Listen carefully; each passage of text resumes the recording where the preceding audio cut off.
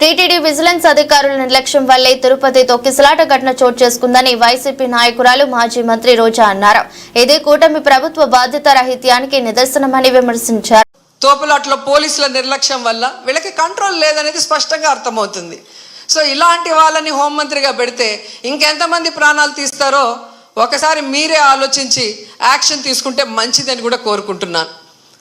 And మనకొక సనాతన యోధుడు తిరుపతిలో ఆయన డిక్లేర్ చేసుకున్నాడు, నేను సనాతన యోధుణ్ణి, హిందువుల పక్కన నిలబడుతున్నా, హిందువులకు ఏదైనా జరిగితే నేను ఊరుకోను అన్నావు.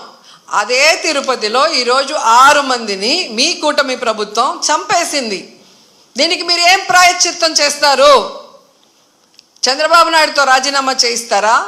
మీరు బాధ్యత తీసుకొని రాజీనామా చేస్తారా? లేదా టీటీడీ చైర్మన్తో రాజీనామా చేయిస్తారా? హోంమంత్రితో రాజీనామా చేయిస్తారా? లేదా అందరూ కలిసి కట్టకట్టుకొని రాజీనామా చేస్తారా? మీ అందరి ఫెయిల్యూరే కదా ఇది. నిజమైన సనాతన యోధుడివైతే ఇప్పుడు రా, వచ్చి మీ ప్రభుత్వంలో ఎవరెవరి నిర్లక్ష్యం వల్ల ఇది జరిగిందో వారందరి మీద క్రిమినల్ కేసులు పెట్టించుకోండి. అంతేగాని ప్రమాదశాత్తు జరిగిందని 194 BNSS పెట్టేసి చేతులు దులిపేసుకోవాలంటే మాత్రం వదిలే ప్రసక్తే లేదు అని కూడా ఈ సందర్భంగా తెలియజేసుకుంటున్నా.